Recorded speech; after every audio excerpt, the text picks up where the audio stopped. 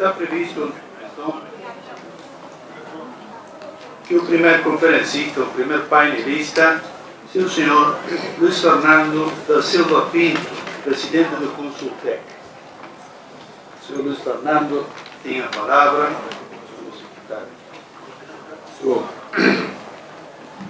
Senhor presidente da mesa, conferencistas, pessoas presentes, muito boa tarde. O tema que vamos discutir, basicamente, é o grande cenário da globalização, que, ao meu ver, é um tema não correto, não abrangente. Melhor que globalização seria mundialização, e melhor do que mundialização, se pudéssemos criar palavras, se tivéssemos essa habilidade, se tivéssemos esse poder, talvez a melhor palavra para amarrar bem o momento atual seria velocidadização. O que nós vivemos hoje, não só no Brasil, mas no mundo inteiro, é um quadro, é um universo de brutais velocidades de transformação, onde, ao meu ver, o termo globalização é bastante generoso e não indica com toda precisão os aspectos positivos e negativos, benéficos e perversos dessa extraordinária velocidade de transformação. Essa velocidade de transformação provocou uma série de alterações. E uma das alterações mais radicais, mais impiedosas, um dos seus efeitos mais interessantes e estranhos, é que ela explodiu com um velho organograma funcional, onde nós tínhamos um presidente, vários departamentos, superintendências, diretorias, e deu origem àquilo que podemos chamar hoje de globalgrama, e sobre o qual eu vou tecer algumas considerações, e como enfrentarmos o problema decorrente desse organograma da globalização, esse organograma da mundialização, esse organograma da velocidadização, enfim, esse organograma, essa nova estrutura corporativa para enfrentar os novos desafios.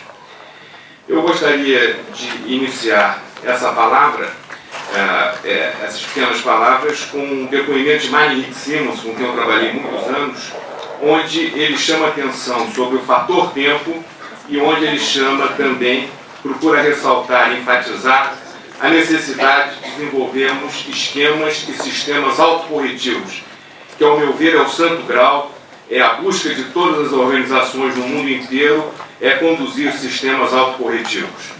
Simmons disse a respeito de tempo: das dimensões da física, que sempre deu mais dor de cabeça aos filósofos foi o tempo. Passado, presente e futuro sempre foram categorias facilmente identificadas. O passado associado à memória, o presente ao instante fugaz, o futuro à expectativa.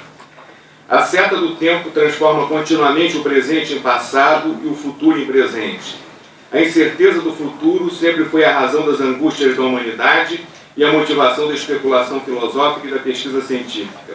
Desvendar o futuro e, se possível, alterar a trajetória dos fatos sempre foi a ambição maior do ser humano. Em seguida, ele diz o seguinte: o que o debate ideológico ignorara era algo que só iria se desenvolver no século atual, sobretudo a partir da Segunda Guerra Mundial, a teoria da organização e dos sistemas. As utopias socialistas partiam do pressuposto de que os custos da burocracia fossem desprezíveis e de que não houvesse atrito nas comunicações e nos fluxos de informação. A realidade revelou a importância desses custos e focos de fricção. Mais ainda, a cibernética introduziu um novo conceito ao qual o socialismo não se havia moldado. O bom sistema é aquele que corrige rapidamente seus erros. O bom sistema é aquele que corrige rapidamente seus erros. A economia de mercado era muito bem dotada em matéria de sensibilidade cibernética, já que a qualquer erro doía no bolso do agente econômico que o tivesse provocado. Já o comunismo, o socialismo, tinha a velocidade de um dinossauro em matéria de autocorreção dos erros. Estamos ainda muito longe de saber qual a melhor maneira de regulamentar o funcionamento de uma sociedade. Em todo caso, já acumulamos bom acervo de lições sobre o que não deve ser feito. Simmons chamou, pouco antes de falecer, foi uma perda imensa para o nosso país, atenção sobre esses dois fatores, o fator tempo e o fator de montagem dos sistemas autocorretivos. Então, eu pediria, por favor, essa transparência. A realidade do momento atual da globalização é que as corporações perceberam que não poderiam trabalhar mais com grandes fluxos de caixa consolidados. Ou seja, era um risco imenso, com altíssimas velocidades, presentes, conduzirmos as nossas empresas como se fosse um único vagão. Ou seja, se esse vagão descarrilhasse, nós teríamos um risco corporativo de imensas proporções. Então, dentro dessa sistemática, e onde Jack Welch, o presidente da GE, é um dos pioneiros e uma das pessoas mais importantes no momento atual, e Konosuke Matsushita, no Japão, fundador da Panasonic, já começou a trabalhar esse modelo em 1938, em 1940, já operava, as corporações perceberam que deveriam dividir a sua empresa no maior número possível de centros de negócios, e que cada centro de negócio correspondesse a um fluxo de caixa autossustentado. Esses centros de negócios, que se encontram na quarta faixa, representam o seguinte: se o fluxo número 1 ou número 2 tiverem algum problema, não necessariamente o 3, o 4, o 5, o 6, o 7 e o 8 terão problemas. Então, hoje, dentro desse processo de globalização, de mudancização, de velocidadização ou de mundialização, como quisermos, as corporações perceberam que deveriam transformar os seus sistemas num somatório de centros de negócio, sendo que a cada centro de negócio corresponderá um fluxo de caixa autossustentado. É dentro exatamente desse desenho, por exemplo, que se encerra e se enquadra todo o programa de privatização, não só do Brasil, mas da Inglaterra e de inúmeros outros países dentro do mundo. Os centros de atividades puros e integrados nada mais são do que departamentos e divisões dentro das organizações que prestam serviços a esses centros de negócios. Seria a área de informática, a área de contabilidade, a área de logística, que fornece serviços a esses centros de negócios. As faixas 2 e 3, os centros de atividades integrados, o centro de atividade integrada é um centro em que se permite que ele venda 10 a 20% do seu tempo para terceiros, diminuindo um pouco o seu custo. Foi a grande área de combate da reengenharia, do downsizing e da terceirização e do custeio ABC. Eu diria que todo o processo de gestão operacional, nos últimos 5 ou 6 anos, se concentraram exatamente nas faixas 2 e 3. E a presidência antiga, a vice-presidência, a diretoria e os grupos de assessoria, basicamente se dedicam ao monitoramento de todo o processo, ou verificar se configurações verificadas estão próximas de configurações desejadas. Então, um processo que era eminentemente executivo no passado, ele passa a ser executivo nos centros de negócios, e na primeira faixa, o conselho, a presidência e a diretoria, ela se dedica à gestão estratégica, à gestão institucional, à gestão financeira e à gestão de monitoramento. Além desses desenhos internos, verifica-se também, constata-se uma brutal preocupação da integração com o meio ambiente. Existe também o conceito da empresa não pensar mais em si mesmo, pensar em termos de família corporativa, e nisso o Konosuke foi de um pioneirismo extraordinário, e aqui se enquadra também todo o problema de balanço social. Em seguida surge o terceiro setor, que todos nós conhecemos, são as ONGs, as organizações não governamentais. Então eu diria que o Globalgrama é o organograma de luta, é o organograma de percurso, é o organograma que hoje se desenha em todas as grandes corporações e médias corporações, algumas com mais intensidade, outras com menos intensidade, no sentido de conviverem com a globalização. O fato é que esse desenho é impiedoso sob o ponto de vista de emprego. Antigamente as empresas, as corporações empregam. Hoje, os titulares dos centros de negócios, os virtuais presidentes dos centros de negócios, procuram empregar o mínimo possível, na medida que tem um fluxo de caixa em que despesas pessoais sejam cada vez menores. Os centros de atividade vivem num sanduíche de pressão entre a presidência e os centros de negócios, e além disso são pressionados por terceirização, por downsize, por custeio ABC, e também estão no osso, ou seja, empregarão cada vez menos. Então, ao nosso ver, a pergunta que se faz é o seguinte: como poderemos resolver o problema de geração de emprego? Como nós poderemos desenvolver uma sociedade mais justa, mais inteligente, mais sensível socialmente, quando a rigor tudo aquilo que nós conhecemos está se transformando num globalgrama, numa estrutura extremamente enxuta, extremamente agressiva de trabalho. Temos dois grandes hemisférios. O primeiro hemisfério será a sociedade como um todo, e o segundo será o plano das corporações. Eu diria que, em termos de sociedade, nós teremos cada vez mais que educar melhor. Ou seja, teremos que, principalmente naquilo que chamávamos antigamente o ginásio, nós teremos que aperfeiçoar cada vez mais e de uma forma mais intensa todo o investimento educacional. Existem alguns países extremamente velozes e algumas sociedades extremamente velozes. Entre essas, nós podemos situar Singapura, podemos situar Taiwan e podemos situar Formosa. Uma forma que valeria a pena, um debate que valeria a pena estabelecermos é por que não analisarmos detidamente os currículos de Formosa, de Taiwan, de Singapura e da Coreia, principalmente. Sabe-se, por exemplo, que a China agora está num processo regulacionário de formação de engenheiros. Sabe-se que Xangai, por exemplo, no momento dá uma importância muito grande à formação de MBAs. Ou seja, para não discutirmos intensamente o problema de educação no seu lato sensu, no seu aspecto mais geral, nós deveríamos, ao meu ver, estudar currículos educacionais de países extremamente velozes, que seriam uns 4 ou 5. Em segundo, já no plano corporativo, verificar que as empresas deverão dar uma brutal importância à sua projeção corporativa. Existe um livro, Le Petit Prince, do Saint-Exupéry, que tem uma frase que ficou extremamente bela em português, não tão bela em francês, é que tu te tornas eternamente responsável por aquilo que cativas. Então, uma empresa é responsável por ela mesma e por sua família corporativa.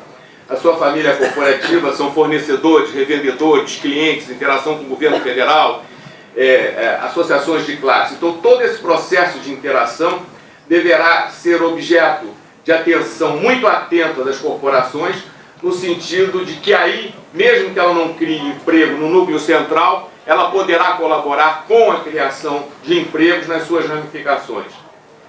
Eu passaria em seguida para o espírito empreendedor. Eu estava até discutindo um pouco antes dessa reunião que, ao meu ver, nós temos uma cultura de empregado no país. Quer dizer, onde nós vamos nos empregar. Ao meu ver, o Brasil deveria ter uma cultura paralela, complementar, de desenvolver o espírito empreendedor. Fazer com que pessoas possam se sentir autoconfiantes e possam desenvolver projetos específicos, individualmente ou em grupo. A cultura do espírito empreendedor que nós encontramos em determinados segmentos culturais, como no Líbano, como na Síria, como no segmento judaico, enfim, tantas outras, talvez 10, 12 grandes segmentos culturais, é algo que nós deveremos pensar seriamente em nosso país. Como ativar, como preparar os nossos jovens, a população adulta, enfim, todos os segmentos, para que nós possamos potencializar ao máximo e preparar ao máximo o espírito empreendedor. Eu acho tão ou mais importante que garantir empregos é garantir o espírito, aprimorar, aperfeiçoar, catalisar o espírito empreendedor. E, finalmente, o que vem sendo alvo das minhas pesquisas nos últimos 10 anos, eu fiz uma pesquisa não só sobre Konosuke Matsushita, fiz uma recente sobre Pedro Grande da Rússia e estou fazendo uma sobre o infante Dom Henrique de Sagres, é que, ao meu ver, o desenvolvimento global está comprometido.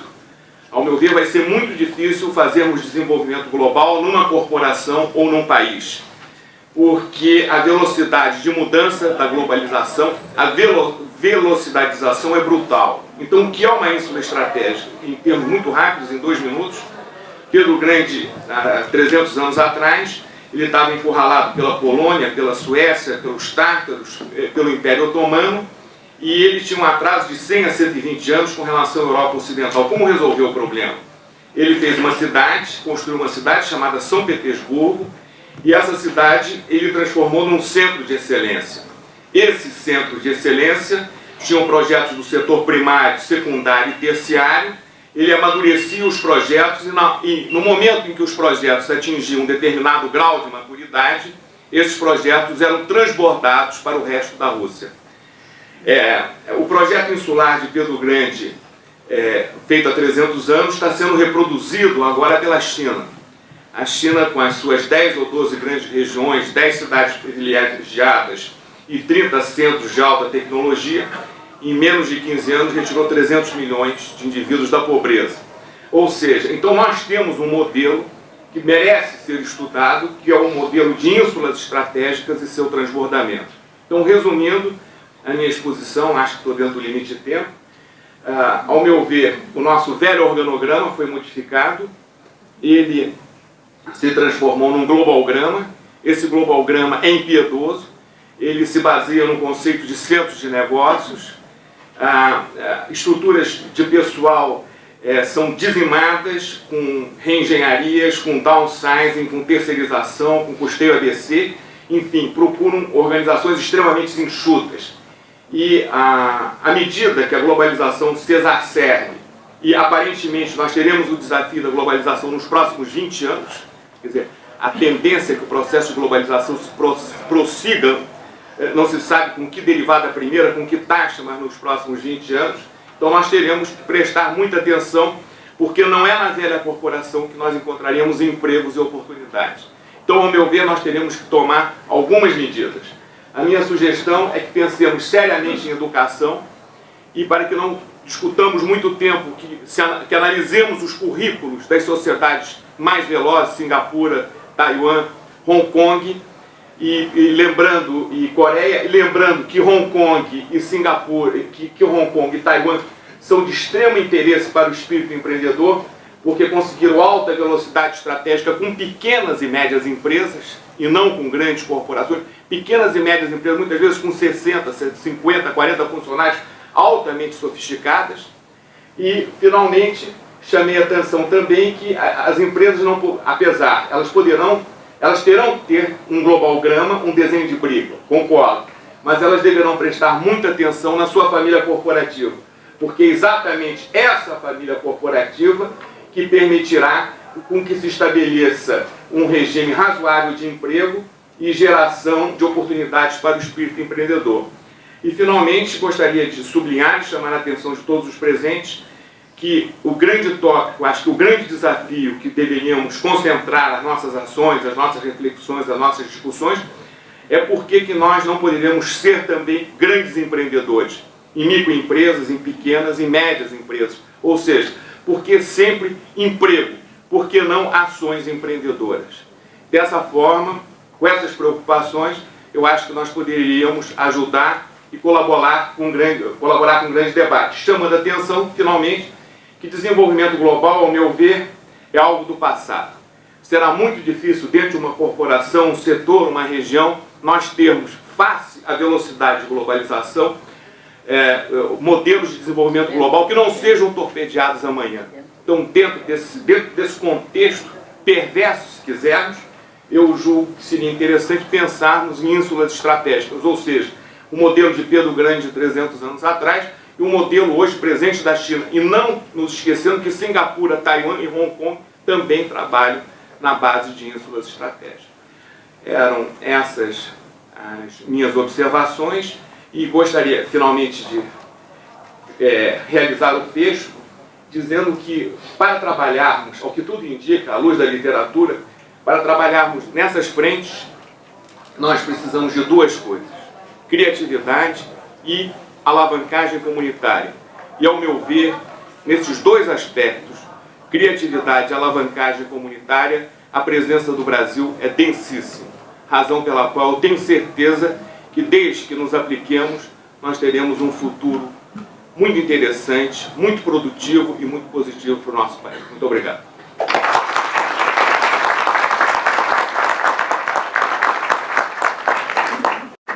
Muito obrigado, administrador da Silva Pinto. Vocês podem formular perguntas, inquietudes, para dialogar com o orador.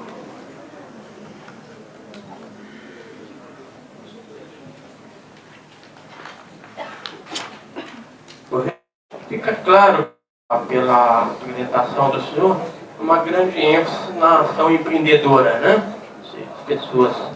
Agora, como é que a gente coloca isso no Brasil, que, segundo pesquisa, o sonho do brasileiro é ter seu próprio negócio, né? Mas aí, depois que ele institui o seu negócio, ele se depara com falta de capital, que não existe financiamento no Brasil, falta de conhecimento, né? E um cipoal de impostos, uma política do governo que sempre tenta insistir, mas aí existe federal, municipal, estadual, sempre aquela briga, não incentivo. Então como é que a gente vai fazer isso para essas pessoas serem realmente incentivadas para ações empreendedoras?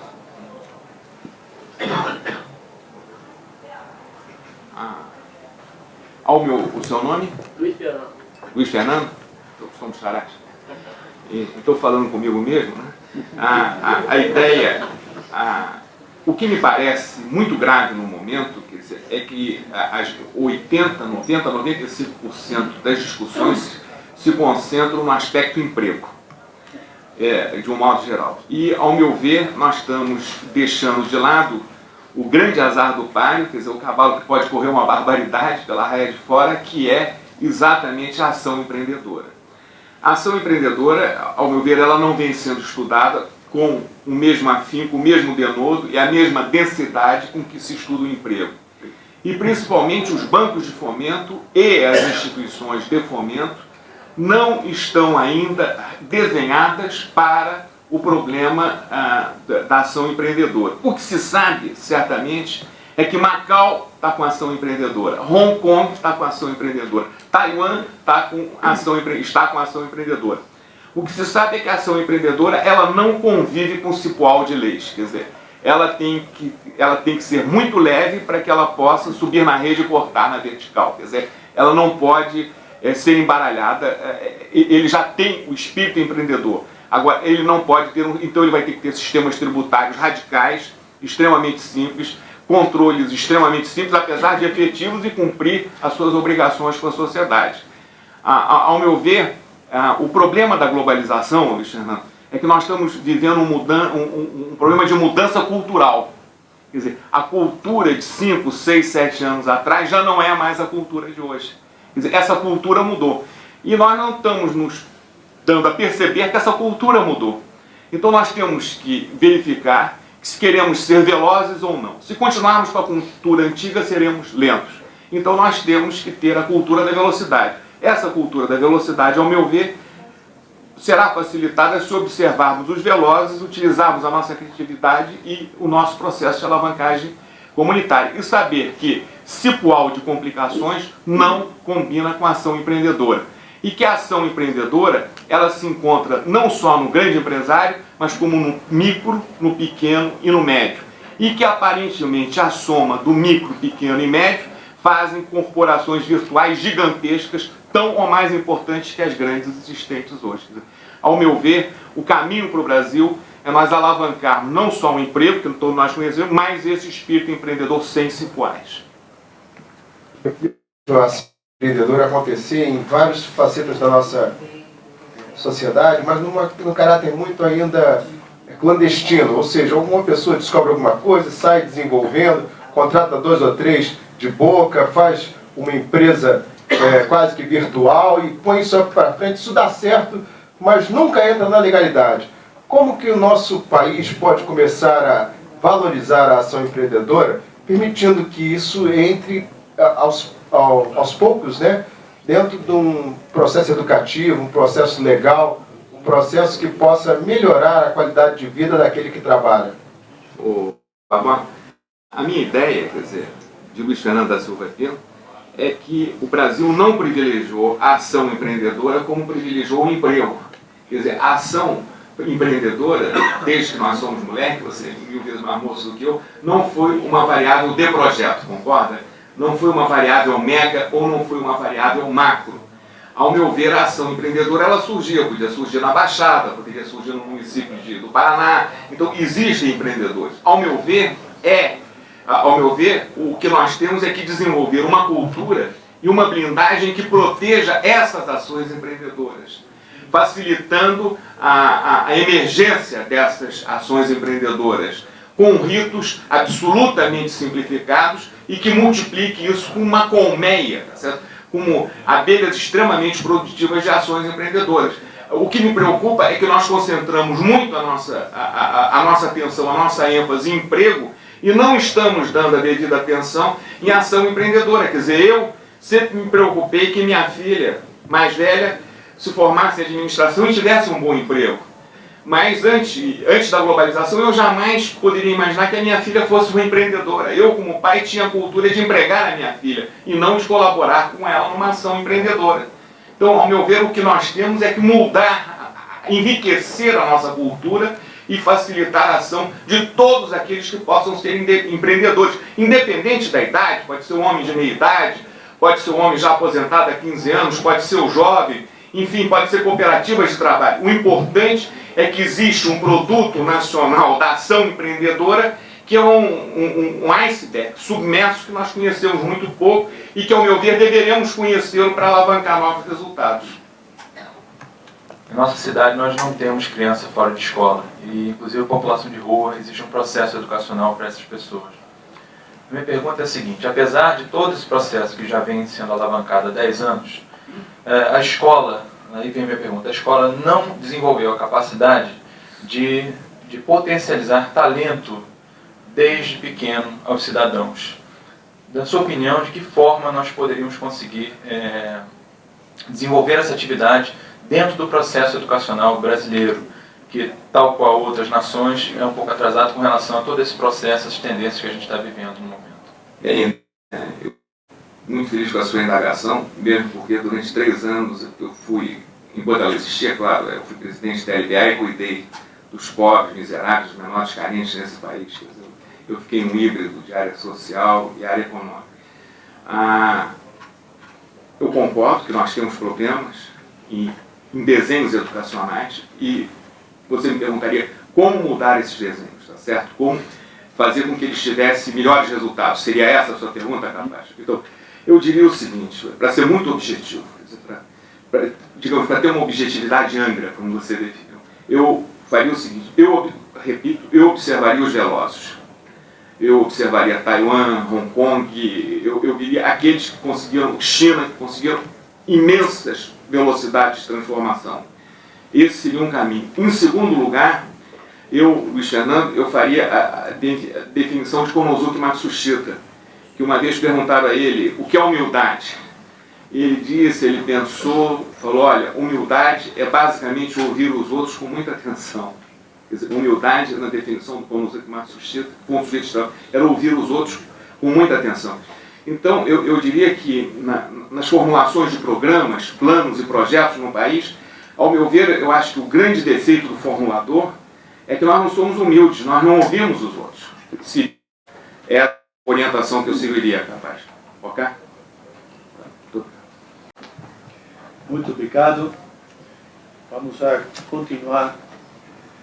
Na esquerda, tenho o prazer de apresentar a professora Pani Tchaikovsky, que é presidente da Academia Brasileira de Ciências de Administração. Nós estamos desenvolvendo uma pesquisa que é uma pesquisa cross-cultural, quer dizer, transcultural, uma pesquisa que está sendo realizada na Coreia, em Singapura, na China e no Brasil. Uma pesquisa exatamente sobre valores, sobre motivação para a realização, empreendedores e a habilidade, o que eles chamam entrepreneurship. quer dizer, a habilidade de se tornar ou ser um empreendedor. Então, eu me parabenizo com um colega que, não sendo humanista, mas já é humanista, porque é um híbrido, né? Disse que era híbrido, né? Então, realmente, eu fico muito feliz porque ele vem ao encontro do que nós, lá na universidade, no Centro de Filosofia e Ciências Humanas, estamos desenvolvendo, com parceria com universidades do mundo. No caso, a Universidade da China, a Universidade da Coreia, a Universidade de Taiwan, e eu estou acabando de chegar exatamente da Turquia, de Istambul, onde foram apresentadas várias pesquisas do centro, o International Society for the Study of Values, Work Values and Organizational Values. E exatamente nessa conferência, se via perfeitamente claro. Eu estou mudando até o que eu ia falar, viu? Porque, em vista do que falou meu colega, eu resolvi também mudar. E se via claramente a preocupação de todos os países, principalmente os países chamados subdesenvolvidos ou em desenvolvimento, e não só eles, como, por exemplo, Israel, de um grande grupo de Israel, porque em Israel aparece de uma maneira bastante nítida o caráter de empreendimento. Israel é um país que não tem, vamos dizer assim, recursos naturais, e eles dizem mesmo que o único recurso que eles têm é o homem. Quer dizer, é desenvolver o homem e ele ser capaz, então, de desenvolver o país, etc. Então, eu começo dizendo exatamente isso, quer dizer, eu acho que é muito importante que eu diga isso, porque o professor, eu chamo professor porque há uma deformação, né? Quer dizer, o colega colocou bem, né, vamos dizer assim, o ponto na ferida, que é essa, quer dizer, nós temos que, vamos dizer assim, parar de sermos excessivamente ou erradamente nacionalistas. Nós temos que ver o que os outros estão fazendo, o que está dando certo nos outros países, como é que está sendo feito nos outros países. Não é que tenhamos que copiar, mas pelo menos tenhamos que tomar como exemplo. Eu diria o seguinte, na minha fala, é uma fala muito mais humanística, como eu disse, e eu tenho pensado longamente e tenho procurado analisar algumas das coisas, e quando me convidaram para falar sobre esse tema irreversibilidade, primeiro chama-se, começa dizendo que é estrutura, né? E depois irreversibilidade do homem, em vista do high-tech, alta tecnologia e globalização. Então, eu estava falando aqui com um colega, e ele me perguntou, a irreversibilidade é um conceito de Piaget. Isso é exatamente o que está na minha fala. Quer dizer, Piaget falava em irreversibilidade, mas ele falava em irreversibilidade em relação à criança. O homem, o adulto, não é irreversível. Ele é reversível. Ele é capaz de mudar. Ele é capaz de se adaptar a novas situações. Ele é capaz de mudar. Então, eu que tinha preparado, e eu sei que tem uma colega aqui que eu pedi a ela até que lesse o que eu tinha escrito, e não estou lendo, estou com umas transparências ali, né? Mas gostaria de usar esse tempo somente para dizer algumas coisas básicas que eu acho essenciais.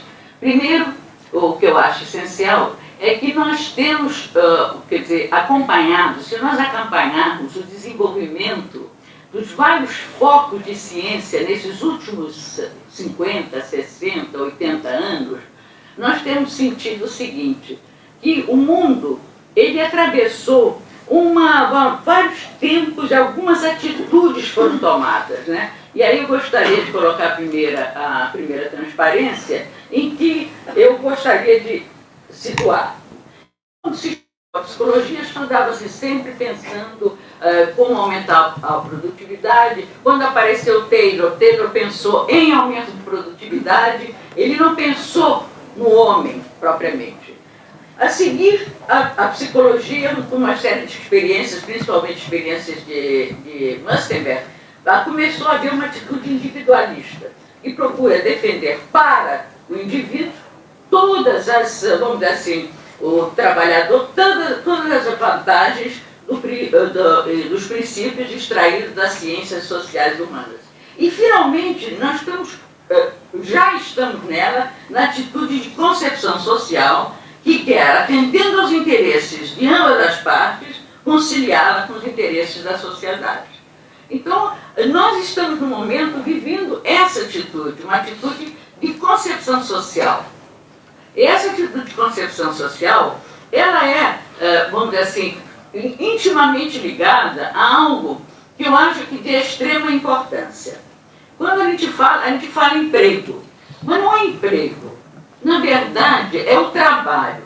O trabalho, ele continua a ser a base e a segurança das sociedades. E por mais paradoxal que possa parecer, as várias mudanças que foram acontecendo e pareciam relegar para segundo plano, para um plano inferior o fator humano, principalmente com as primeiras formulações de Taylor, ao contrário, elas mostravam que o homem, e vinha a confirmar a supremacia do homem. Mesmo que a força humana fique subordinada à máquina, esta não poderá substituí-la, pois caberá ao homem conduzi-la, conservá-la e finalmente aperfeiçoá-la. As contínuas e rápidas mudanças têm provocado transformações constantes, o nosso colega já falou nelas, constantes, rápidas, mudanças profundas na organização. Ele mostrou um outro tipo de organização, muito mais abrangente e que mais atualizado, e nas técnicas, finalmente, e principalmente nas técnicas de trabalho. Mas elas não poderão substituir o homem, pois caberá ao homem conduzi-la, conservá-la e aperfeiçoá-la. Então, continua, apesar das rápidas e contínuas mudanças tecnológicas, elas têm transformado realmente profundas mudanças, mas as categorias, os requisitos profissionais também estão se modificando. E nós temos que acompanhar essas mudanças de requisitos profissionais. O conceito de formação profissional, em qualquer modalidade, eu me lembro que numa ocasião eu procurei estudar e ver. A OIT fazia OIT é a Organização Internacional do Trabalho. Ela definia o que era a formação. E de um lado tinha educação, do outro lado tinha formação profissional. E finalmente a coisa foi afilando e ficou uma coisa só. Quer dizer, nós não podemos, vamos dizer assim, separar educação da formação profissional. Aquilo que o colega falou de Angra dos Reis, quer dizer, será que durante esse período está se pensando na sua formação profissional, que eu quero dizer, dos jovens que estão lá em Angra dos Reis, para que eles possam desenvolver, ou como empreendedores, ou como empregados, desenvolver atividades que sejam úteis àquela sociedade, a sociedade de Angra dos Reis. Então, é necessário e que isso seja pensado com muita clareza. Quer dizer, a necessidade de que a gente invista em educação, uma educação que leve o homem a conseguir ser capaz de participar da sociedade onde ele vive. E a assimilação é incorporar as experiências, os objetos, as estratégias ou conceitos já existentes e construir a realidade. Quer dizer, então, esse é um conceito de Piaget. O homem é capaz de fazer isso. Então, nós, brasileiros, somos capazes, diante de mudanças, nós somos capazes de mudar. Nós somos capazes de assimilar essa mudança daquela maneira, nós somos capazes de nos acomodar, acomodação no sentido de quê? Modificação e ajustamento das estratégias ou conceitos. Isso quem diz foi Piaget, não sou eu que estou dizendo, eu estou usando o conceito de Piaget, não é isso? Nós somos capazes de modificação e ajustamento das estratégias ou conceitos em função de novas experiências ou informações. E, finalmente, esquema. Ele diz que a ação ou estratégia ou interna ou externa, a qual a criança ou adulto assimila alguma experiência e o que se acomoda à sua nova experiência. Então, nós temos que pensar nas nossas empresas que não é só o organograma, não é só o balanço patrimonial, não é só não são esses os, vamos dizer assim, os elementos que vão dar força ao desenvolvimento de um empreendimento, de uma empresa. Eu digo empreendimento no sentido exatamente no sentido que o professor colocou. E pode ser uma empresa, o empreendimento pode ser uma empresa ou pode ser um negócio, seja ele de que nível for. Então, na verdade, é importante que a gente saiba que o capital estrutural mais o capital humano, e esse é o nosso grande capital, é que dá aquele capital intelectual que Nelson Melo Souza citou hoje na palestra dele, da importância desse capital humano. E esse capital humano, ele não aparece nos balanços de modo geral. Se você vê o balanço da Microsoft e de outras, ele não aparece o capital intelectual, mas ele é considerado. Na hora de comprar ações nos Estados Unidos, o capital intelectual é considerado, apesar de não aparecer. Existe, inclusive, um livro muito interessante, que aqueles que tiverem vontade de se aprofundar, eu acho que deveriam ler, que é um livro chamado Capital Intelectual, de Leif Edmondson, que é muito bom, eu estou citando até aqui. Esse senhor no bom sentido, Leif Edmondson, depois ele fez um livro. Ele foi chamado pela Skandia, que era da Suécia, uma firma grande da Suécia, que estava tendo problemas muito sérios. E ele foi chamado para analisar e sentir os problemas. E foi ele que, vamos dizer assim, alertou pela primeira vez sobre a existência desse capital intelectual. E quando ele fez a sua alerta em relação ao capital intelectual, e é isso que nós temos que estar alerta também, nós temos que estar alerta ao nosso capital intelectual, seja ele de que forma for. Seja ele capital intelectual de grande empresa, seja ele capital intelectual de pequena empresa, o importante é isso, é que o capital humano é somado ao capital estrutural. Nós não podemos separar o capital humano do capital estrutural. E ele diz o seguinte, a função, isso é também do Levinson, a função do capital intelectual, primeiro, identificar e ampliar a visibilidade e mensurabilidade dos ativos intangíveis e tangíveis. Uma outra coisa, captar e apoiar a apresentação de ideias e a facilidade de acesso, utilizando uma tecnologia que compartilha o conhecimento. Aperfeiçoar e cultivar o capital intelectual por meio de desenvolvimento profissional, treinamento e, naturalmente, das redes de tecnologia da informação. Capitalizar e alavancar, agregando valor por meio de uma reciclagem mais rápida do conhecimento e a crescente transferência da aplicação da habilidade e conhecimento especializados. Poucas pessoas discutiriam a importância do trabalho como um dos papéis. Eu não digo emprego, veja bem, eu cito trabalho. Porque o que eu acho, até o meu colega aqui usou uma frase no outro dia, uma palavra no outro dia que eu achei muito interessante. Em vez de usar imprecabilidade, ele usou lembra você? Trababilidade. Quer dizer, em vez de empregabilidade, é o caso, né? Quer dizer, na verdade, poucas pessoas discutiriam a importância do trabalho, um dos papéis sociais desempenhados durante a vida. Esse é um dos grandes papéis sociais nossos, que é o trabalho.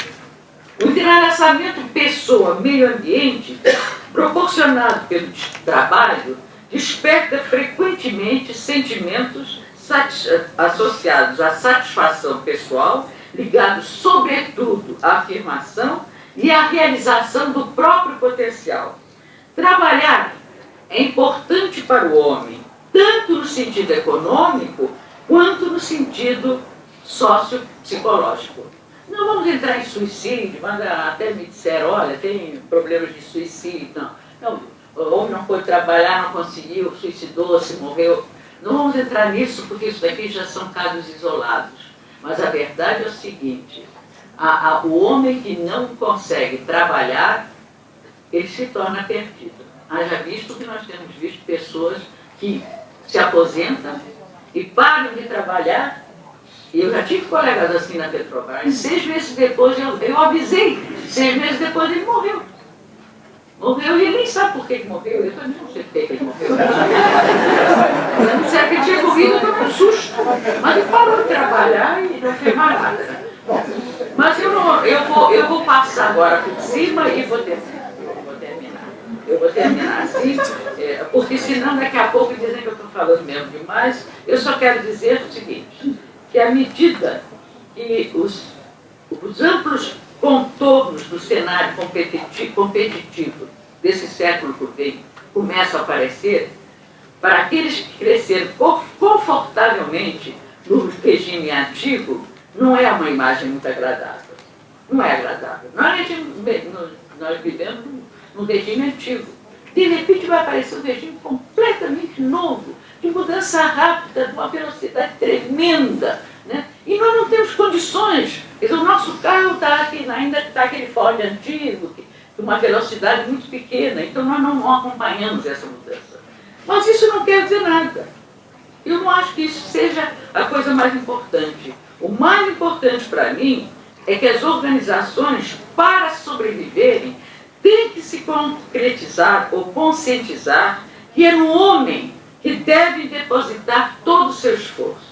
Aliás, Nelson Melo Souza também falou com muita clareza em relação a esse assunto e achei muito bonito. E é um papel fundamental, não só do líder moderno, identificar os talentos e criar oportunidades para o desenvolvimento de suas lideranças, independentemente, e é aí que vem a base de tudo, de sua formação, de base ou de sua atuação. Não é pegar só e desenvolver gerentes. Quer dizer, a mania agora é desenvolver gerentes, né? É como se eles desenvolvendo gerentes vão desenvolver toda a empresa e tudo vai ficar bom, vai ficar tudo ótimo. A gente tem que pensar desde aquele que está lá embaixo até aquele que está lá em cima, na verdade. A sobrevivência econômica das empresas e a célebre empregabilidade depende cada vez mais do aprendizado como base para uma adaptação rápida. O ser humano continua o mesmo. O ser humano, ele não mudou.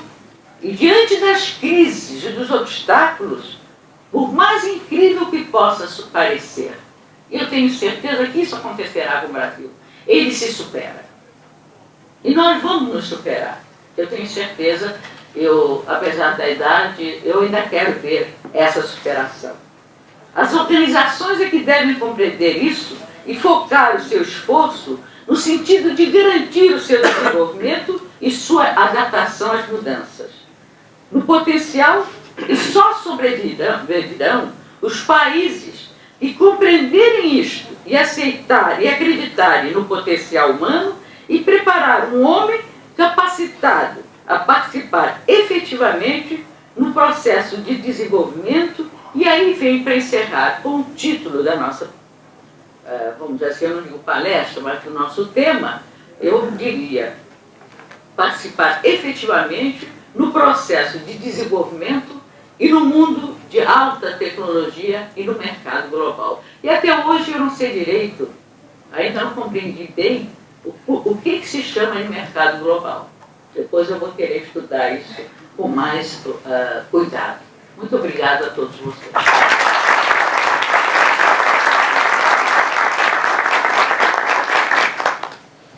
Em relação do tempo disponível, tá bom.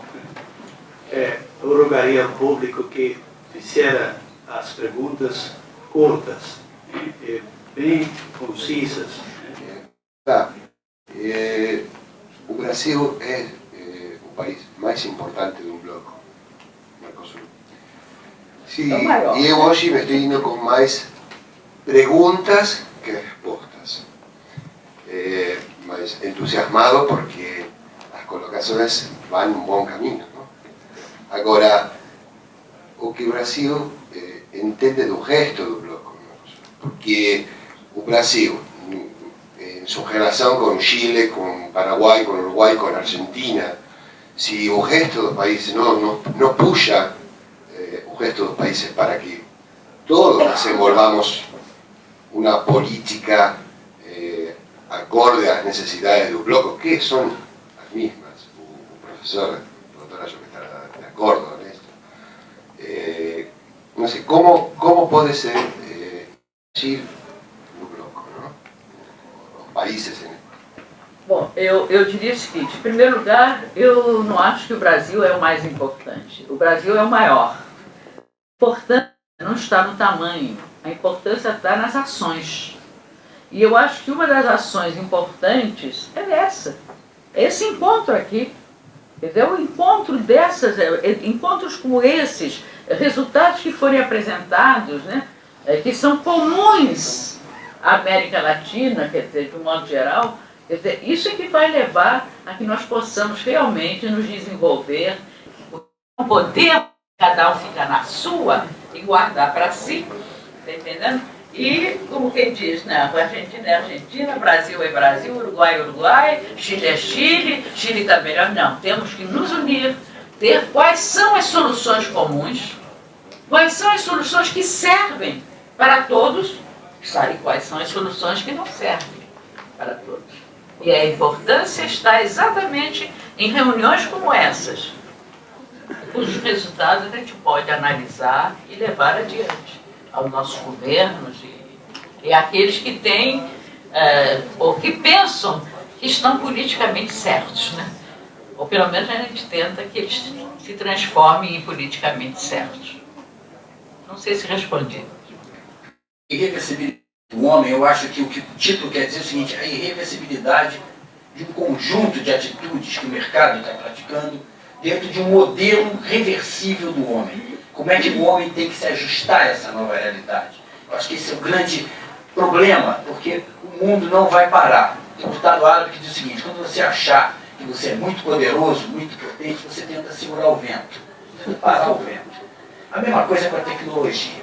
Se o raio é inevitável, eu estou fazendo uma proposta. Não relaxe e aproveite. Por uma razão muito simples. Nós não vamos segurar a tecnologia, que alguns chamam a revolução tecnológica, né? Que pode até ser confundida com a terceira onda de Toffler, que é o conceito do novo plano do conhecimento, depois da Revolução Industrial. Mas a gente tem que entender que o modelo hoje é outro, e é completamente diferente. As coisas mudam numa velocidade enorme. Não mudam? Vocês são jovens? Muda? Muda? O que mudou? O que mudou? Nos últimos 10 anos. Tecnologia, o avanço. Tecnologia mudou. Eu estou vendo uma opção de jovens aqui que estão doidos para entrar no mercado de trabalho e levam lá, fazem o seu currículo e bate com a cara na porta muitas vezes, porque o conceito está mudando, o que o professor está dizendo aqui. Então, a tecnologia hoje ela traz 3 coisas básicas, dentre outras coisas, a revolução tecnológica, esse avanço tecnológico, 3 coisas que eu gostaria de dizer básicas. Primeiro, obrigado. Primeiro, a competitividade, pessoal. A revolução tecnológica hoje é sinônimo de competitividade. Depois, quem quiser transparência, eu vou deixar aqui, peço uma cópia à coordenação para tirar à vontade. A competitividade é claro.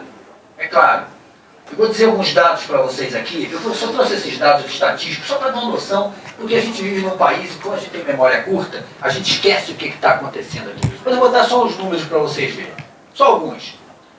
A privatização que se iniciou em 1991, basicamente com a Uzi Minas, nas 7 grandes estatais que foram privatizadas, 50 mil postos de trabalho desapareceram. 1991 para 1998, nós estamos falando de 7 anos. Em termos de história, não é nada. Em 1988, havia 1 milhão de bancários. Hoje são 370 mil bancários.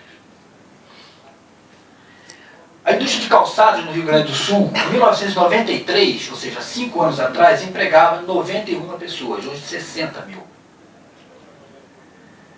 A indústria têxtil, que em 1992 empregava 2,1, cerca de 2 milhões de pessoas, hoje emprega 1,3 milhões de pessoas. E eu vi alguns fenômenos, por exemplo, na área industrial. A Calói e a Monarch nadavam tranquila no mar, né, no segmento de bicicletas, e de repente vendiam sua bicicleta, o preço médio de uma bicicleta de maior nível era $350, para a gente usar uma moeda mais constante, e veio os importados oferecendo a $200 com 18 marchas, toca-fita, freio, e mais não sei o que, banco reclinável, e uma série de vantagens. O que eles tiveram que fazer? Que puxar o seu patamar para o mercado. E isso, obviamente, tem a ver com a questão da tecnologia. Eles fabricavam aqui, todos os componentes da bicicleta eram fabricados no Brasil. Depois disso, começaram a importar de onde viesse. E essa é a velocidade que se referia aqui, professor Luiz Fernando. Se o guidon é mais barato na China, eu compro na China. Mas se amanhã eu for na Coreia, eu vou comprar na Coreia. Não tem ideia. Na indústria têxtil, hoje, chega uma camiseta de manga de malha aqui no Brasil a 70 centavos vindo da Coreia. A Sulfabril está com problema. A Sulfabril está com problema. T-shirt, né, de algodão, está com problema. Porque eu, que sou um grande lojista, que compro muita camiseta para revender, faço uma conta. 70 centavos com mais imposto, vai 89, 90 centavos, faço essa conta. Quanto é que me custa aqui? R$1,20. O meu concorrente ali do lado está me cobrando mais barato, e meu clientela está indo para lá. Opa, nessa altura tem uma coisa muito importante, que é esse fenômeno da globalização, que no fundo quer dizer sobrevivência. É sobrevivência. E quando se trata de sobrevivência, a gente deixa passar muita coisa por debaixo do pano e só depois é que vem perceber. E em muitos casos a gente se arrepende do que não viu. Então, esse conceito da revolução tecnológica, nesse competitividade, globalização e nessa questão da sobrevivência, ele vai reduzir a necessidade da mão de obra inevitável. Ponto. Deixa eu dar um número para vocês que eu acho interessante. Dentro do conceito de revolução industrial, quando a gente tinha as indústrias capitaneando todos os recursos e as oportunidades de emprego aqui, a General Motors chegou a ter no mundo 700 mil postos de trabalho. 700 mil empregos. No auge. Hoje, a Microsoft, no auge do seu desempenho, emprega 14 mil pessoas. Dá para perceber? O que isso significa no conjunto de ações e atitudes e reflexos que isso vai dar no grande contexto? É uma responsabilidade muito grande. E com certeza, uma das coisas que a alta tecnologia, a revolução tecnológica vai exigir é um treinamento e um retreinamento do que eu estou chamando de sobrevivência, aqueles que estão ainda no seu vínculo empregatício, que já dizia isso aqui, eu falo um pouquinho disso mais na frente.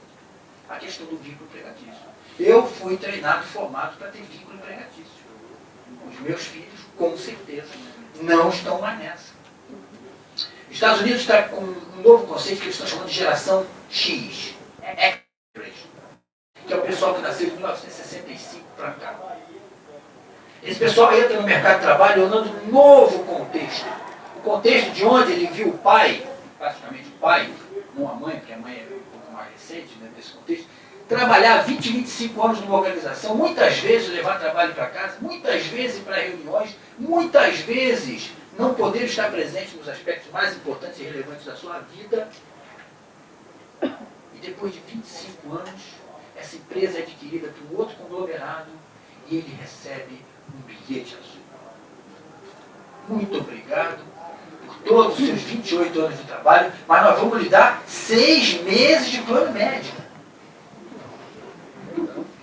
O cara está com 58, 60, talvez por aí, não consegue pagar o seu plano médico no mercado. O mercado de trabalho, por certeza, ele não está preparado para essa nova revolução, não se preparou, não se desenvolveu, consequentemente a dificuldade é maior e essa pessoa começa a deslocar. E eu lembro aqui, eu tenho uma música de um cantante brasileiro que vocês devem conhecer, o pessoal da América do Sul conhece muito mais o Brasil do que a gente conhece ele.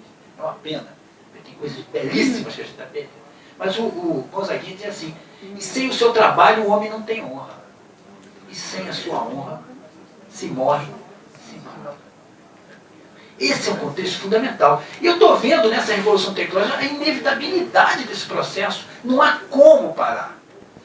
Algumas coisas a gente pode parar. Eu acho que a gente pode. Então, isso gerou algumas formas de desemprego. A gente pensa que desemprego não tem forma, tem várias formas. Como mostrar para vocês desemprego comercial. Aquele que é fruto dessa competição internacional que vem aí e que é reflexo dessas altas e baixas súbitas no mercado e que desequilibra manobras de dumping, essas coisas que provocam certo desequilíbrio. Esse desemprego normal, que é fruto das fusões, das mudanças de hábitos ou preferência de consumidores, por exemplo, a Atlantic compra, a Ipiranga compra a Atlantic. Certamente eu não vou ter mais 2 setores de informática, nem 2 de contabilidade, nem 2 de recursos humanos. Essas fusões vão eliminando. Né? Próximo. O desemprego iatrogênico. Que beleza de desemprego assim. Eu sou fruto do desemprego iatrogênico. Olha, você pode botar até no currículo isso. Eu vou explicar para vocês o que é isso. Isso vem da iatrogenia, da medicina. É da medicina isso. Significa o seguinte: quando o médico faz um diagnóstico errado, ministra um remédio errado, e o paciente morre, ou piora as suas condições, isso chama-se iatrogenia. Porque meu exemplo, eu acho que vocês nunca viram, mas eu vou dar um exemplo para vocês. O desemprego iatrogênico, ele não é intencional, mas ele tem origem na imperícia, na incompetência. Normalmente os governos são os campeões da iatrogenia. Mas nas organizações também. Porque eu chamei da OIDES, a Síndrome da Imunodeficiência Organizacional Adquirida. É OIDES. É um vírus que ataca, mina todo o processo. Quando você se descobre, o concorrente é o vírus da concorrência que penetra. É o vírus da concorrência. Próximo. E, finalmente, o desemprego estrutural. Esse que está deslocando as oportunidades do setor secundário para o setor terciário. Pessoal, e o desemprego tecnológico, que é o que está relacionado diretamente com os avanços da tecnologia. Melhor exemplo disso na área de serviços, bancos. Bancos. Você demite 500 caixas e abre 20 postos de caixa eletrônico. Certamente que não vai empregar 500 outras pessoas. Concorda? Concorda com isso? Concorda. Porque tem uma capacidade limitada. E aí é o que a professora Fanny fala dessa reversibilidade, dessa capacidade de adaptação do ser humano, do homem, que é uma coisa fantástica. O Globo, de 3 semanas atrás, novos, olha, algumas novas profissões que eu acho, eu não teria pensado, sinceramente, eu não teria pensado. Ele fala, por exemplo, arrumador de gaveta. Claro que não vai ter 50 mil arrumadores de gaveta, mas tem um mercado. Aquela cozinheira a domicílio, que hoje o pai e a mãe trabalham, né? O pai e a mãe trabalham, isso é coisa muito veloz, é muito rápida. É muito rápido, é rápido hoje. É mais rápido que aquele nosso conceito de coelho. Você lembra o coelhinho que perguntou para a coelhinha? Foi bom para você, não foi? Você lembra desse conceito? É muito rápido a velocidade. O mordomo eventual. Mordomo eventual, pessoal. É aquele cara que organiza todo o evento dentro da sua casa, mas esse cara tem que conhecer da comida, dos fornecedores de flores, do treinamento dos garçons, da supervisão da cozinha. Hoje isso aí, amanhã você, mordomo eventual, não tem essa condição. O mercado tem a natureza é analógica, não é digital. Né? O fato de você molhar 9 vezes mais uma planta que faz ela crescer 9 vezes mais rápido, ela tem uma certa lógica dentro desse processo. E aí está esse desvio. Mordomo eventual. Mordomo eventual. Eu não tinha pensado nisso. Eu já vi marido eventual. Mas mordomo eventual eu nunca vi. Primeiro, essa questão do desemprego na Revolução Tecnológica, eu estou focando muito no desemprego, porque é minha preocupação, como presidente da Associação Brasileira de Recursos Humanos, nós temos que ajudar na busca de alternativa. Criticar é muito fácil. É mole falar de criticar. É muito fácil apontar os erros, eu quero saber onde é que está a solução. Eu falar do problema, eu também sei. Também sou competente para isso. O negócio é achar a solução. Primeiro, ele atinge várias camadas da sociedade de forma indiscriminada. Pessoal, vocês jovens, muito jovens, no passado, era a mão de obra operária que perdia o emprego. Havia um problema, a mão de obra perdia o emprego. A base da pirâmide dos obreiros, como dizem vocês, né? É que perdia o emprego. Hoje, o emprego pega todo mundo, principalmente o nível intermediário, a gerência média. O cara perde o emprego, pô. Perde o supervisor, perde o coordenador, perde o operário, e depois não é mais tão fácil achar 2 ocupações iguais. Tem alguns setores que não retorna. Por exemplo, aqui é um exemplo, ferramenteiro da indústria automobilística. Hoje as máquinas, os CAD/CAMs, as máquinas, os tornos de comando numérico, fazem esse processo. Pô. Muito mais rápido, muito mais preciso, não fazem greve. Os tornos de comando numérico não fazem greve, não reivindica, não reclama, não xinga do patrão. É muito mais fácil. Então, duas ocupações iguais é muito complicado de se achar de novo. As coisas têm uma velocidade enorme. Modificam-se as formas e as regras da relação com o trabalho. Quem não percebeu isso está morto. Pessoal, no passado, as empresas eram vendidas assim. Uma empresa foi vendida, a empresa X foi vendida por tantas vezes o valor do seu patrimônio líquido. O patrimônio líquido era expresso pelo valor real, que era igual ao ativo tangível mais o ativo intangível. E era o que contava, era o ativo tangível. Eu estou chamando de ativo intangível, que está sendo de capital intelectual. O capital, o patrimônio da Microsoft vai embora todo dia para casa às 5h30 da tarde. O conceito, a concepção mudou completamente. E quem não entendeu isso não modificou sua regra de trabalho, as regras das relações com o trabalho. E vai perder. Não há forma mais trágica de descapitalização de uma empresa do que a perda dos seus talentos. Essa é a forma mais trágica. Não existe outra mais trágica. Certo? O tempo parado hoje em dia dificulta o retorno ao mercado de trabalho. Quanto mais tempo parado, mais difícil vai ficando. Se você não abrir os seus olhos e entender que esse processo exige uma atualização constante. E aí abre um parênteses. No passado, pessoal, no meu tempo, eu esperava a proposta da empresa de treinamento. A empresa não vai mandar para me treinar, não, né? A empresa não vai mandar fazer o curso A, B, C ou D. Hoje, as empresas estão indo por sua conta. As pessoas estão indo por sua conta. Não estão mais esperando isso. Porque o conceito, já vou dizer já, é um conceito diferente de emprego. Nós, na associação, estamos levando todos os anos um evento internacional, a gente vai estar presente. Negociamos um pacote, todas as vantagens desse pacote a gente passa para o associado, para o participante, para que ele tenha a possibilidade de ir ver lá fora o American Society of Training and Development, para ver lá fora os congressos europeus, os congressos mundiais, entender como é que está o conceito de remuneração. Houve o Congresso Mundial em Chicago, para que as pessoas abram as suas mentes, as suas cabeças e possam contribuir com novas ideias e novas percepções sobre esse processo que está lá. É uma forma. O trabalho é uma relação que está dentro do processo produtivo. Ele não é quantitativo, ele está dentro do processo produtivo. Isso significa dizer que você tem que ter um processo produtivo. E há formas de você deslocar para a esquerda ou para a direita de acordo com o que caminha. Esse é um pêndulo. A única coisa que me preocupa mais é que na Revolução Industrial você deslocou do campo, mas você tinha a oportunidade, ela se deslocava, a oportunidade de sair de um lugar para outro.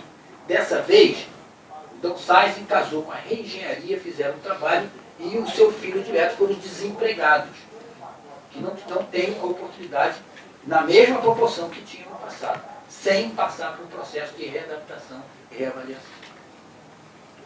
A revolução tecnológica, indubitavelmente, aumenta a produtividade do ponto de vista da produção e dispensa mão de obra, e segurar a tecnologia certamente não vai ser a solução.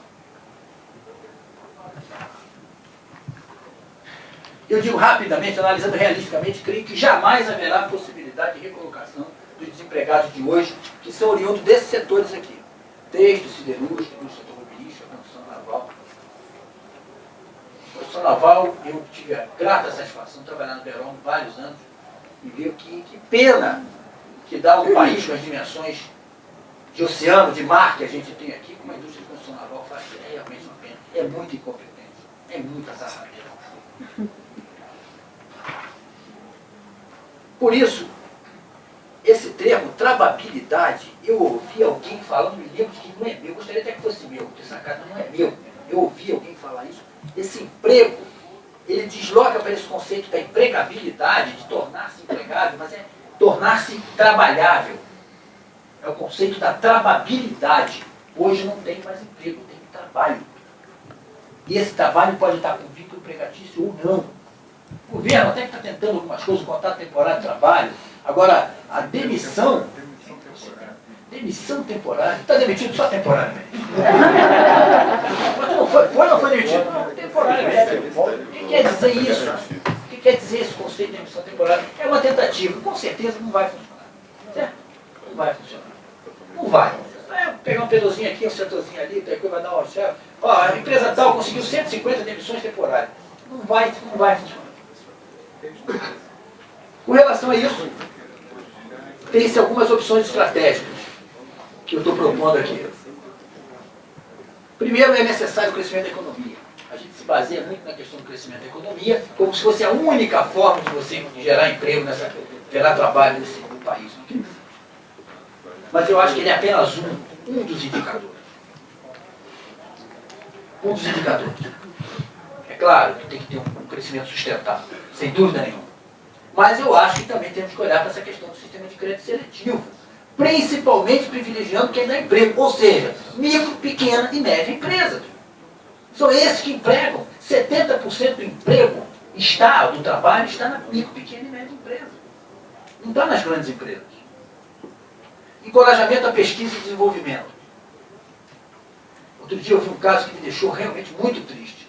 Uma moça formada pelo INPE, formação em Química Básica, com mestrado em Química, está fazendo um concurso para fiscal da Receita Federal, porque não consegue emprego no Brasil para ganhar mais de R$ 1.500. Perdemos talentos. É a forma mais trágica de descapitalização de uma nação, é a perda, o tamponamento dos seus talentos. Essa moça estudou, tem trabalhos publicados em revistas internacionais. O emprego de R$ 1.500 não sustenta a moça, ela vai ser fiscal da Receita. Se passando. ênfase na educação contínua. Pessoal, educação é igual andar de bicicleta. Não pode parar de pedalar. Se parar, morre, cai. Não tem jeito. Educação é para sempre. E nós estamos propondo a falência do diploma. Ninguém descobre mais nada. Certo? Se forma engenharia e fica um ano sem estudar, você está fora do mercado. Você não fala mais com outro engenheiro. É assim que funciona. Médico, que seja. Né? Expansão do serviço com foco no humano. E eu tenho 2 estudos para falar com vocês rapidamente. O primeiro deles é o seguinte: cuidar da terceira idade, a ancianidade que chama. A questão da solidão. Pode parecer bobagem, mas é um nicho. Cuidado de crianças. Trabalhar, sim, a expansão do serviço com foco no humano, dando mais conforto. Vimos uma reportagem outro dia no canal da GNT mostrando como é complicado a questão do velho nos Estados Unidos, que tem todo o conforto, paga lá suas clínicas, consegue ver qual é, como esses caras são complicados, como é que esses caras sofrem da maior carência que existe possível no ser humano, que é a carência do afeto. Não é faltar uma vida ou faltar uma casa que é complicado, mas a carência do afeto leva muitas pessoas a desistir da vida, né? E principalmente treinamento e retreinamento. Treinar e treinar e treinar e treinar. E para finalizar, eu queria deixar 2 mensagens aqui. A primeira, de nada adianta esse conjunto de ideias, de pressupostos, que possa fazer efeito se não houver, primeiramente, a conscientização dos gestores, que nunca estão presentes nos seminários, que nunca estão presentes nesse aspecto maior, eles estão longe. Então a gente chega lá e diz para ele: olha, eu vi isso assim, assim, isso é bobagem. Deixa pra lá. Eu estou escutando há muito tempo de que o ser humano é a coisa mais importante que existe nas organizações. O discurso é ótimo, a ação é péssima. E continua agora. Então, eu acho que um dos nossos papéis não é ficar reclamando e dizendo que esse negócio está acontecendo, é criar um novo patamar para que a gente possa ajudar a gerir os gestores. Como disse em Portugal no Congresso Mundial, o último palestrante. Se não tivesse valido nada no Congresso, foi ótimo, essa fala dele já teria valido alguma coisa. Isso quer dizer, que é o meu segundo assunto, para eu terminar minha colocação, é a questão da espiritualidade do trabalho. Esse novo conceito que não tem nada a ver com religião, mas sim tem com a forma de tratamento da pessoa humana, a gestão humanitária e o desenvolvimento da gestão social. Não é balanço social. Não quero dizer quantas horas de treinamento você teve, quanto você dá de alimentação no seu restaurante. Quero falar da gestão social, abrindo um pouco a fronteira até para a comunidade. Esse aqui é o grande sacado. Aqui tem uma das pessoas, que é de Robson Santarém, da AG Brasil. Ele é uma das pessoas que está se aprofundando nessa questão da espiritualidade do trabalho, falando disso, mostrando uma nova realidade dentro de um conceito maior que exige do profissional, dentro da sua organização, uma orientação para desempenho e para performance, para atuar desta maneira. E graças a Deus, as pessoas que foram aos congressos, foram ao teatro, cadê a vice-presidenta da BRH? Aqui, Maria Luísa Moreira está ali. é uma pessoa que está trabalhando a questão da consultoria de performance, mostrando um novo enfoque dentro das organizações. Nós, pessoal, durante muitos anos, nossa sigla chama-se aqui no Brasil Recursos Humanos, né? RH. E a gente trabalhou muito o H e esqueceu o R. Lembre-se que nós temos que trabalhar também a questão do recurso. Toda vez que eu entro com alguma coisa para a organização, eu espero um retorno do meu investimento.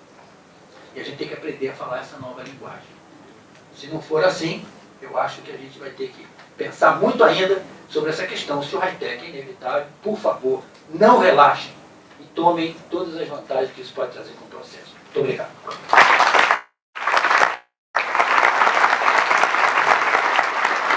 Pergunta qualquer um dos três palestrantes. Nós falamos sobre globalização, educação, ação empreendedora, capital intelectual, desemprego, enfim, entre outros temas.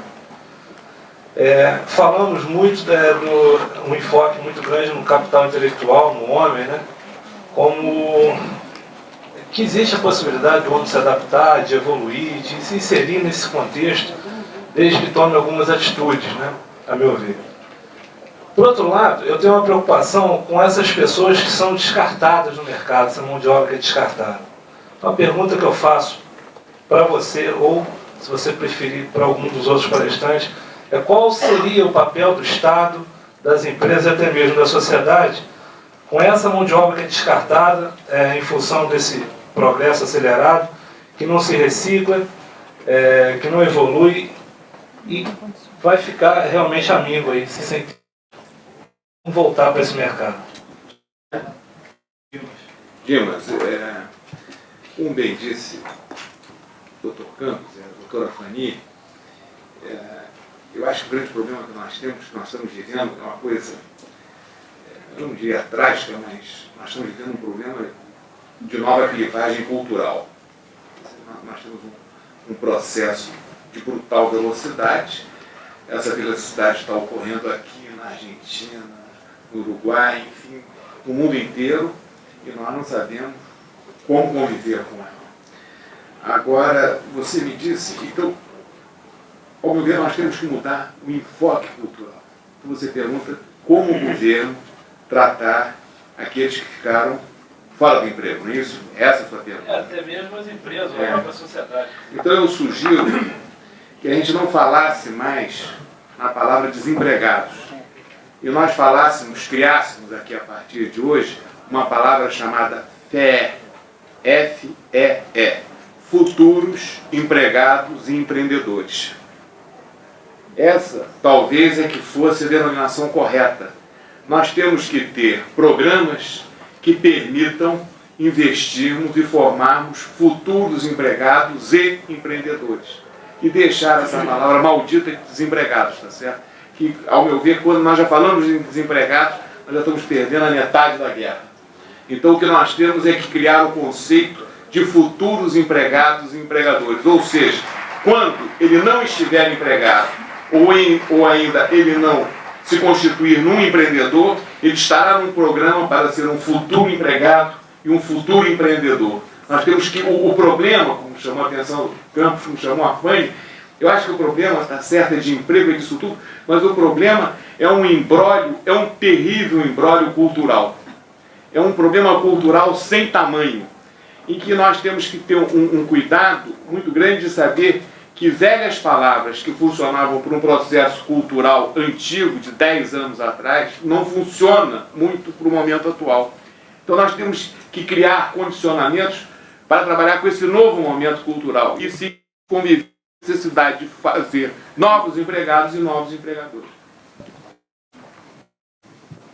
Mas eu vou te dar a minha visão sobre esse processo.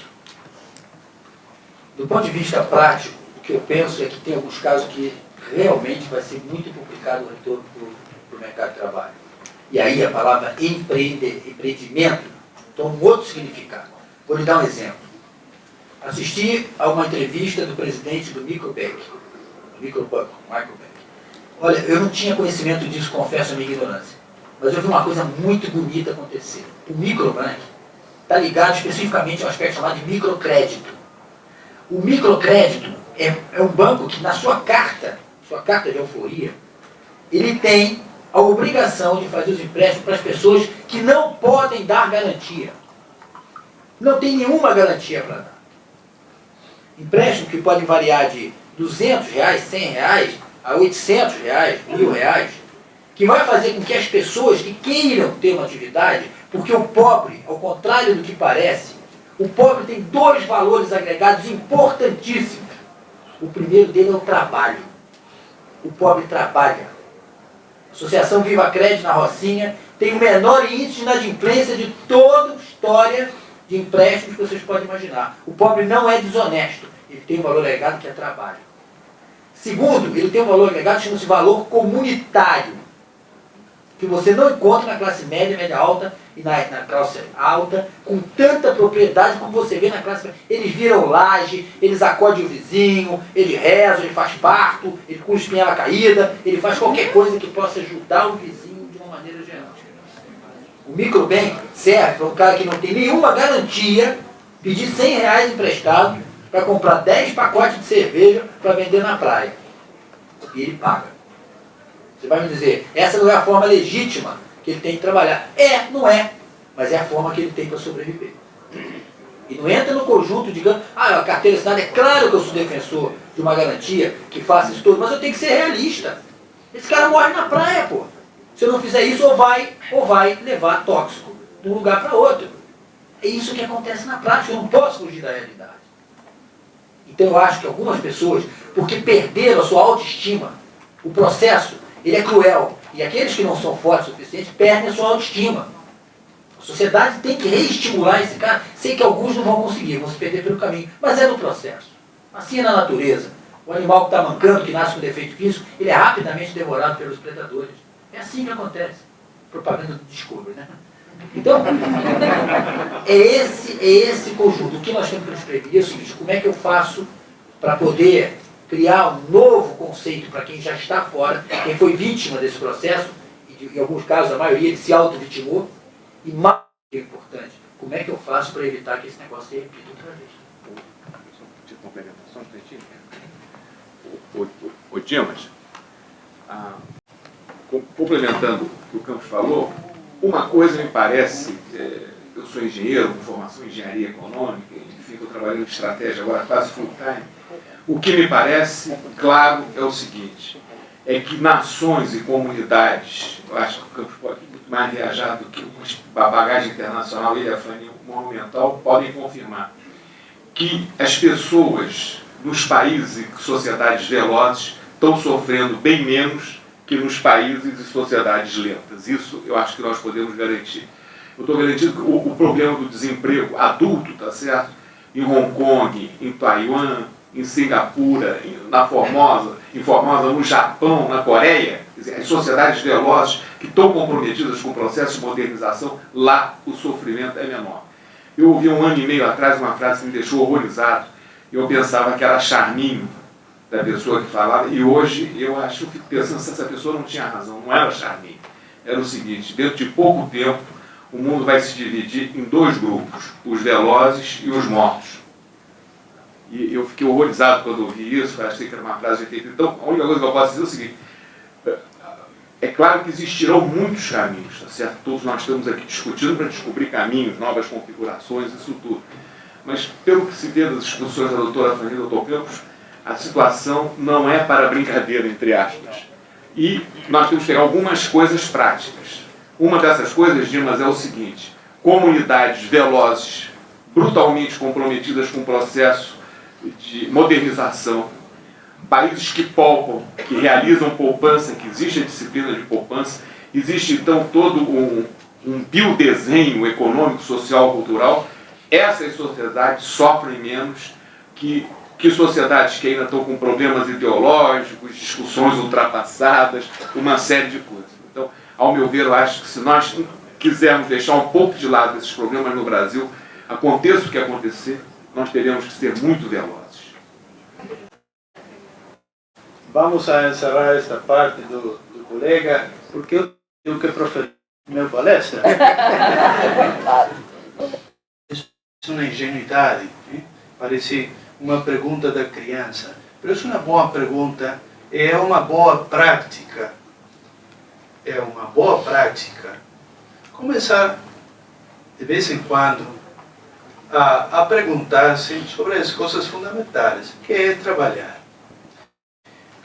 Visualizando o Mercosul como um mapa com fronteiras econômicas, políticas, eu estou visualizando o Mercosul como um mapa do talento, um mapa de conhecimento, onde neste mapa de conhecimento há ilhas, ilhas onde estão as universidades, onde estão os centros de pesquisa.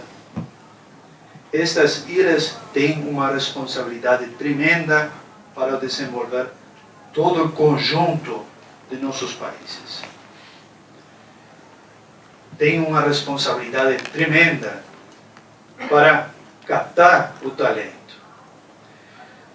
Eu acho que o futuro do Mercosul não está assentado nos convênios políticos, econômicos, e sim está assentado na nossa capacidade de compreender a natureza do trabalho e do talento. Onde está o talento? Está em Montevideo, está em Buenos Aires, em Córdoba, São Paulo, Minas Gerais, não importa. Talento é talento. Isso é o recurso crítico do Mercosul. Isto eu queria apontar. Muitas pessoas estão acostumadas a pensar a ideia do trabalho com a teoria ex-EI do MacGregor. É certo que, desde antigo, há pessoas que falam o pior da vida é o trabalho. Eu não gosto de trabalhar. É certo. E muitas pessoas dizem o melhor da vida é o trabalho. Eu gosto muitíssimo de trabalhar. Quando ficou parado, morreu.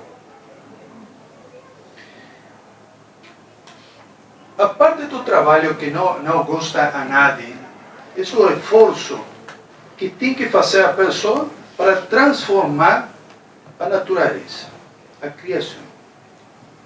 E a parte que a todos gostam do trabalho, essa parte que, ao transformar a natureza, a criação, nos está transformando em mais pessoas a nós mesmos.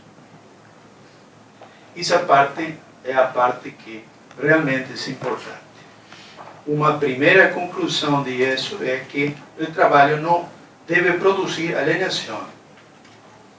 O trabalho deve ser feito para que as coisas se transformem e a pessoa também. Sejam mais pessoas. Para colaborar com esse processo duplo de trabalho, que está transformando a criação, que se está autotransformando, o trabalho tem que ser realizado respeitando uma ordem. Esta ordem não tem nada a ver com o religioso. Esta é uma ordem que pode ser advertido, olhado facilmente na natureza, nos morros, nas sociedades humanas. Esta é uma ordem natural.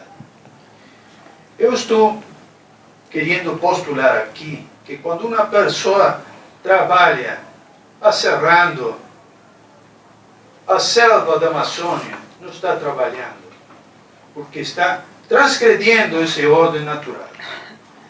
Quando uma pessoa, por mais esforço que realize, está trabalhando para trazer cocaína ao Brasil, os Estados Unidos não está trabalhando, porque não está respeitando a ordem natural das coisas.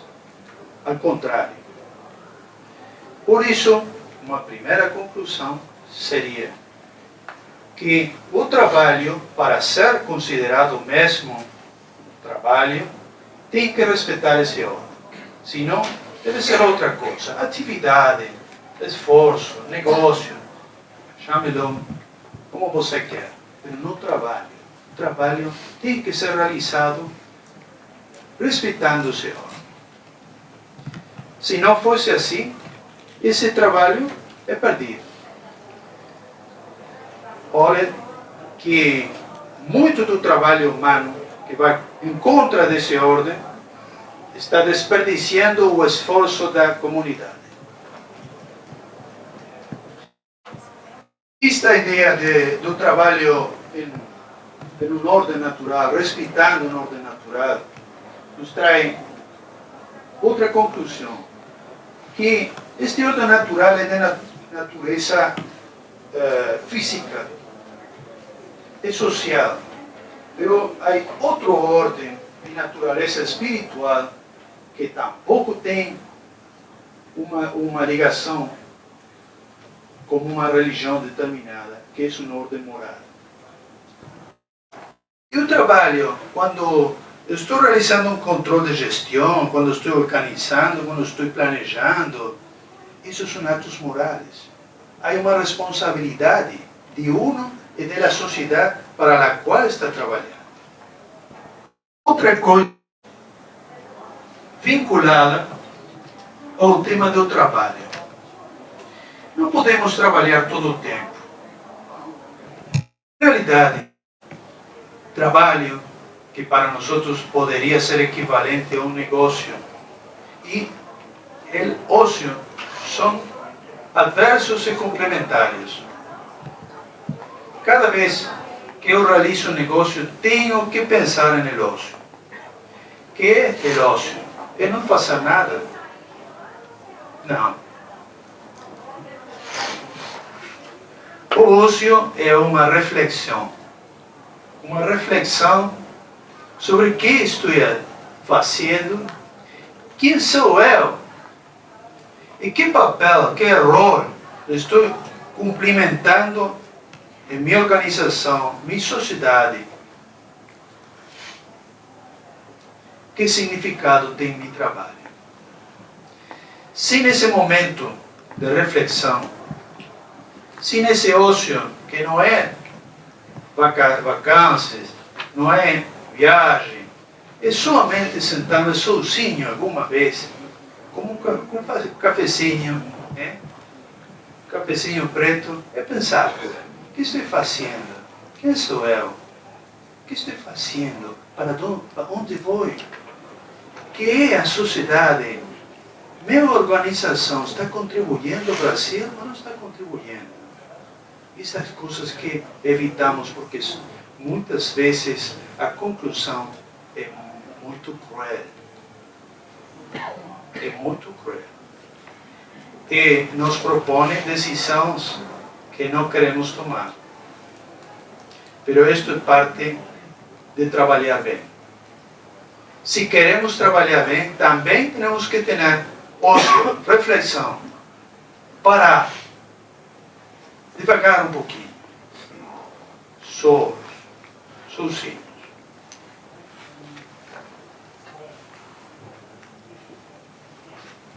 Por isso, o melhor trabalhador é uma pessoa integrada, uma pessoa que se ha realizado como tal, que además de um conhecimento técnico, se lhe ha brindado uma educação humanista, que lhe ha aberto uma possibilidade de saber quem é ele, que é uma pessoa e para onde vai seu país, seu bloco, sua região. Que sentido tem tudo isso? Porque trabalhar não é somente conseguir o dinheiro para comprar coisas, para almoçar ou jantar melhor, ter vacações, um carro melhor. Não é isso. É outra coisa.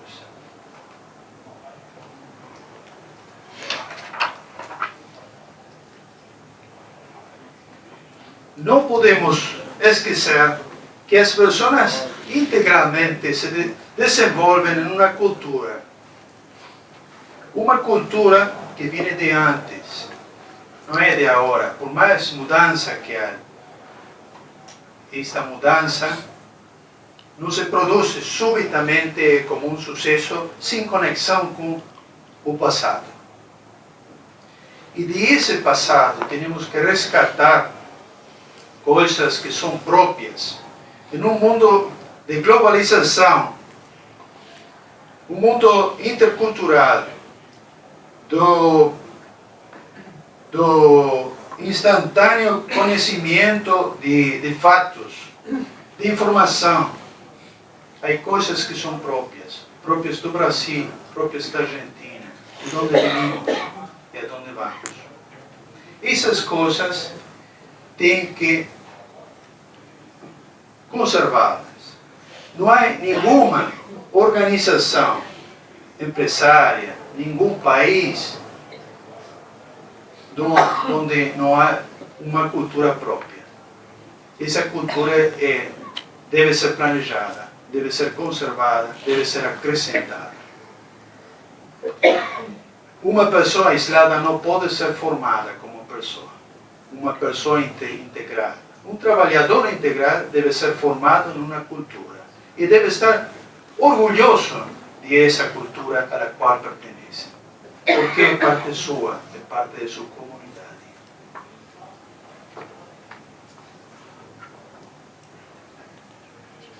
Por isso, eu estou visualizando uma grande briga entre uma cultura nacional e uma cultura global. Que conservar e que mudar. Eu escutei aos colegas falar de outros países aos quais imitar, tomar exemplo. É bom. Mas esta atividade, a meu ponto de vista, tem que ser balanceada também. Como uma pesquisa, uma búsqueda das coisas que são nossas próprias vantagens como países. E esta pesquisa só se pode fazer quando miramos uma cultura. Por isso, porque admiro muito seu país e porque quero agradecer e cumprimentar a mesa e a todos vocês, só quero terminar dizendo obrigado, Brasil. Administradora, e também quero me referir a Daniele, né? E sou também professora universitária, e hoje a minha grande preocupação quando a gente enfrenta essas discussões, o que as universidades estão fazendo, o que nós estamos fazendo, a gente sabe que elas não estão fazendo nada, aí a minha preocupação é por que as pessoas que são professores das universidades não estão à busca também o porquê que isto está assim. Porque a gente só sabe chegar e dizer que parou tudo, que está um caos. E nós não estamos fazendo nada para melhorar. E quanto a Daniele, eu queria te colocar nesse momento as nossas experiências no Maranhão, que é a grande preocupação nossa com essa juventude, na medida que eles não têm e não sabem ainda o que buscar, eu te colocaria aqui, Daniele, vai à busca daquelas pessoas abraçando a mesma causa tua, embora tu seja ainda muito nova, mas as pessoas que se dedicam, ainda há pouco alguém falava da espiritualidade, que eu não sei mais quem foi que falou, não lembro do palestrante, então eu aprendi lendo um livro do Marco Aurélio Viana, que ele diz, se você buscar companheiros, quer na área de estudo enquanto acadêmico, quer na área profissional já, desenvolvendo o seu trabalho, vamos descobrir muitos talentos que estão abraçando a mesma causa nossa. Então, enquanto administradora, eu acho que na medida que a gente ajuda uma pessoa dessa como Daniele a buscar o que ela quer, por mais que a gente esteja falando de desemprego, por que os conferencistas estão hoje aqui na mesa ensinando a gente alguma coisa? É porque eles se tornaram talentos. E se eles se tornaram talentos, nós temos que aprender com eles e abraçar essa causa, que é a causa da razão maior que nos leva a fazer com amor aquilo que a gente escolheu. Isso para mim é uma experiência que está me levando a desenvolver hoje o trabalho na área de administração, com todos os desafios, com todos os problemas que estão aqui no Brasil todo e fora dele, a nos dar essa condição de credibilidade na gente mesmo e ajudar essas pessoas como ela, que estão enfrentando dificuldades, na medida que os pais, a família, não acreditam naquilo que elas estão acreditando. Porque eu acho que para a gente ser um bom profissional, mesmo nesta crise, é desenvolver esses talentos, como ela que já é. Porque na medida que ela enfrenta os desafios e procura, gente, um auxílio, acho que é a hora das pessoas que estão preparadas para se dar a mão. E aqui o Maranhão, enquanto administradora, presidente do Conselho Regional de Administração do Maranhão, estou aqui me colocando à tua disposição, Daniel. E a mesa, que eu acredito também que foi assim, me provocou alguns questionamentos, mas eu não queria falar, porque tem tanta gente para falar, mas eu fiquei muito feliz quando vocês colocaram duas coisas. O problema da espiritualidade. Quer dizer, se você tem realmente uma crença em alguma coisa, se você vai a fundo nela, você não está só. E você cria muito mais força. Obrigada.